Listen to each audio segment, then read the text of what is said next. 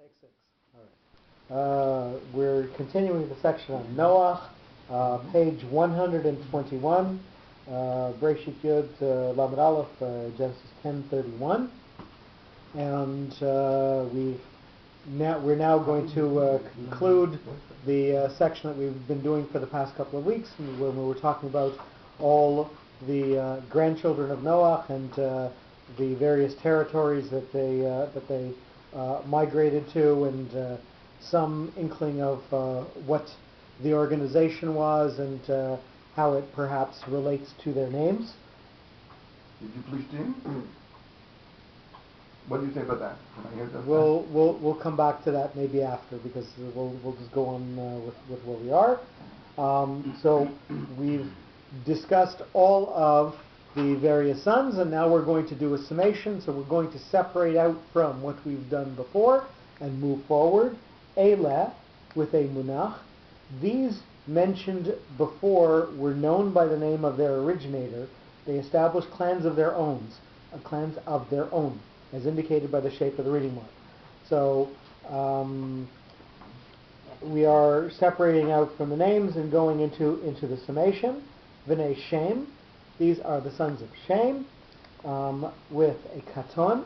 As sons of Shem, although they displayed individual differences amongst themselves, but they were typical for Shem in difference to Yafet and Cham, as pointed out by the bipartite shape of the reading mark.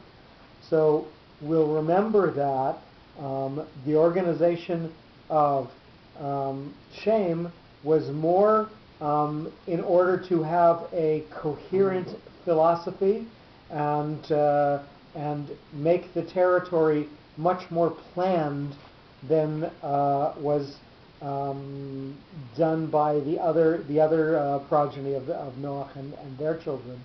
So the difference between the organization of the sons of Shem, in terms of their trying to be centrally consistent, stands out as different from the other sons of Noach. Lemishpechotam, with the tipcha. So this is going to look backwards and slightly pause afterwards. They did not leave for their families the original imprint of their ancestry, because they became integrated with the other roots of descent, as referred backwards by the directional shape of the reading mark. So the focus of the families is not going to be on their own family unit, but rather focusing on the fact that they are V'nei Shem, that they are the progeny of Shem, and hence the tipcha, the looking backwards, and this is separated out from Lil Shonotam, with the stabilizing et nachta, for their languages, number 4. The resulting variety of dialects with local admixtures also gave rise for their languages, which became autochthonous for the given clan and the area of its inhabitation, preserving only remnants of original expressions, as stressed by the stabilizing shape of the related reading mark. So each area developed its local ways of making pronunciation different, and each clan therefore had its own sounding, same sounding dialect, even though there was this desire to stay coherent. The geography still gave them individuality, and that individuality did give them some stability as well. Hence the et nachta. Be'artzotam, on their lands, with a tipcha. Various changes also took place on their land as a result of the local adjustments, which were adapted according to the requirements of an internal nature or due to outside conditions, as reflected by the reverse inclination of the directional reading mark. So even though, again, there was an attempt to have a coherent philosophy, the geography did create separations, obviously would create different trade conditions, different food, different people who are close to you and far from you. So all of these things do end up influencing, and the land again separates them out a little bit from each other. So even though they tried to stay B'nai Shem, L'mishpachotam, their families tried to look back at that, but L'shonatam, their languages, their local slang separated them out. Ba'artzotam, their land separated them out. And finally, L'goyehem, for their nations, number 6, with the stabilizing sof pasuk, no substantial proof was left to identify the way of life, customs, traditions, etc., for their nations. Only vague documental reliquae, which would establish their roots from the past. So eventually, despite an attempt to stay the same, they did separate out and differentiate. So what we're going to notice when we read the sentence is Ele b'nei Shem, these are the children of Shem. So this is who they tried to be. L'mishpachotam, that's still going to connect to Ele b'nei Shem, and then each word after this is going to be separated out. L'shonatam, their language made them different. Ba'artzotam, their land made them different. And finally, L'goyehem, and eventually they did evolve into truly separate nations. It almost has the sound of later with Abraham left down. Like the 3 parts. So agreed. We are seeing differentiation despite a desire to stay, an initial desire to stay unified. What was that word? Octopus or whatever it was? Auto. So Chotonis. It's almost Yiddish. Chotonis. No, the tonus means the way that it sounds. So they Where have. does C come in? CH. What's that doing there? It's like a theosis almost. You know what I mean? Chotonis is like underpants. Okay, but this is not a Hebrew word. It's a Greek word. Well, it sounds like it is Greek to you. Yes. Ele b'nei Shem lemishpachotam l'shonotam v'artzotam l'goyehem. So again, we're seeing that separation level by level by level as they go away from the hope of uniformity into the reality of what geography does to them. 1032, the next page, 122. It is not 10:32 at night. That's what Parshat Noach. Ele. So now we've gone through each of the 3 sons of Noach, and we've defined their different and individual roles. And now we're going to sum up all of the genealogy that we've done. So again, this is separated out from what we've done before. In a comprehensive way, all those people mentioned in the last paragraph assume various names in sovereign countries with different cultures, interests, laws, customs, rituals, etc. In fact, they were closely related to one another, as indicated by the shape of the reading mark. So, even though they all differentiated from each other, they all had, in fact, common characteristics going forward. So they were all different, but they had something in this that was the same. Mishpechot, families of, with the dargah. So this is going to show that this is something that perhaps has a descent or a downwards feature about it. Even families of conglomerations of various races, e.g. Germanic, Romanic, Slavic, Semitic, were branches of a common genealogical tree, as shown by the shape of the reading mark. So we see that they are branching down from an initial common root into various differentiated states. So we see that they started as something that was more unified and more coherent, and ended up as something that was more individualized.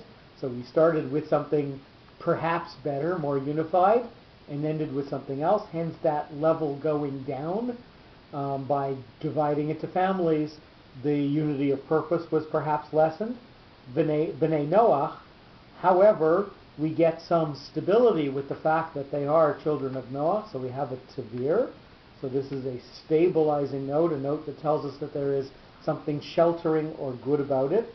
In retrospect, all those people are sons of Noah, are equally obliged to obey the 7 basic laws given to the common ancestor, as mentioned in the Gemara, Sanhedrin 165, Sheva mitzvot mitztavu b'nei Noach, Gilui Ayarot, Shfichat Damim, Gezel, Be'ever Min Achai. Order and blessing God, no sex exposure, no shedding of blood, robbery, mutilation, as stressed by the shape of the reading mark.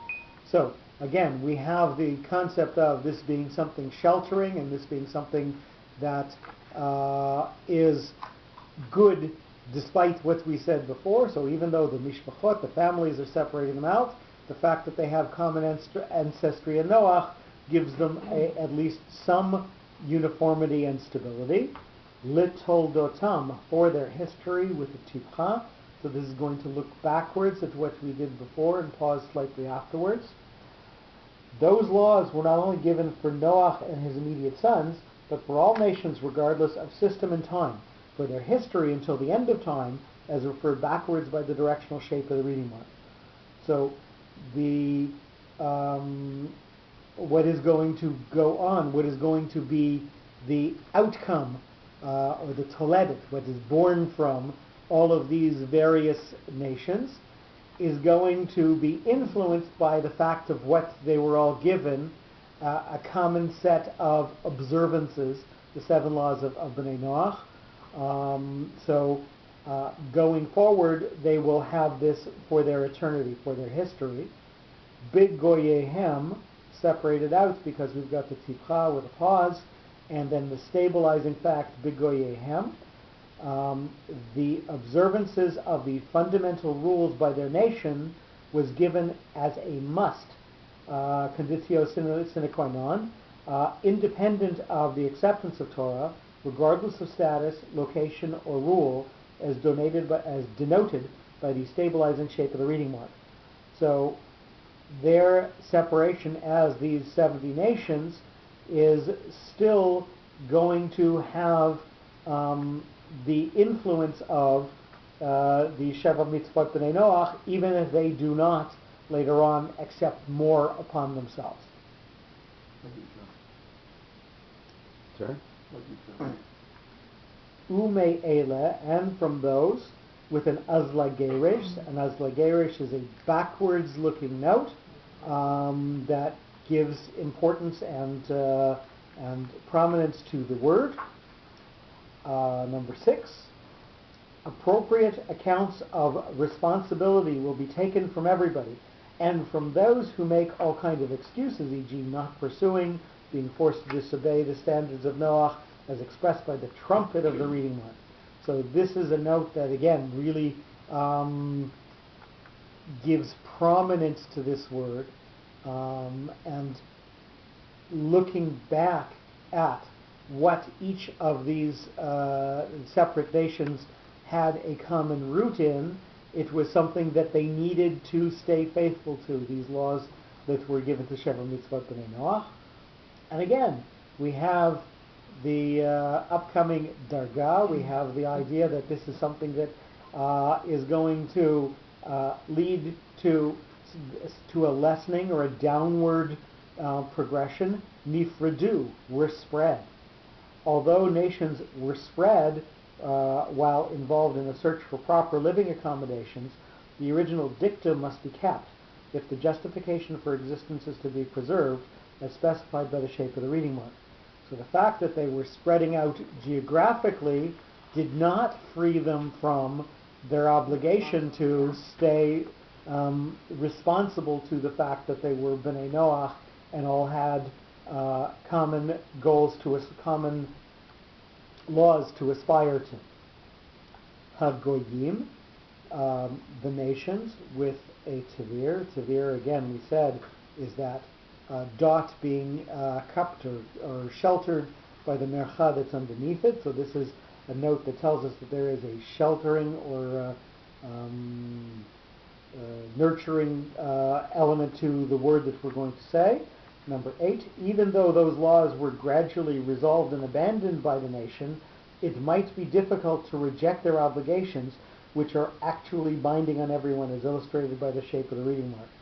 So when you put the nations together with their obligation, that still gives them this connection to the laws that were given to Bnei Noach. Even though they're separate, they all have that same obligation, and hence that ability to be stabilized by it. Ba'aretz, on the land, with a tipcha. This is going to look backwards to what we've just said and pause slightly afterwards.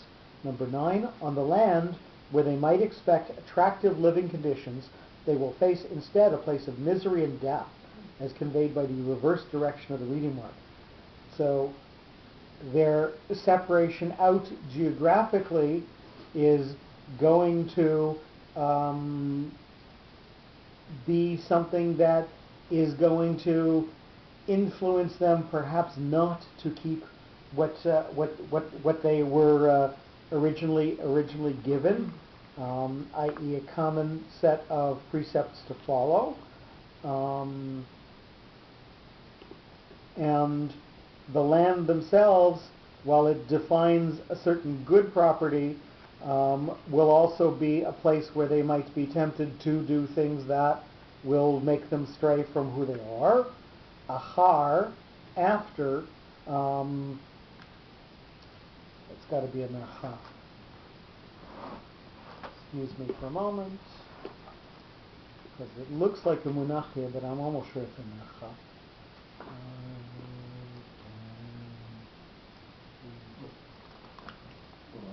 You've got the It's got to be a mercha.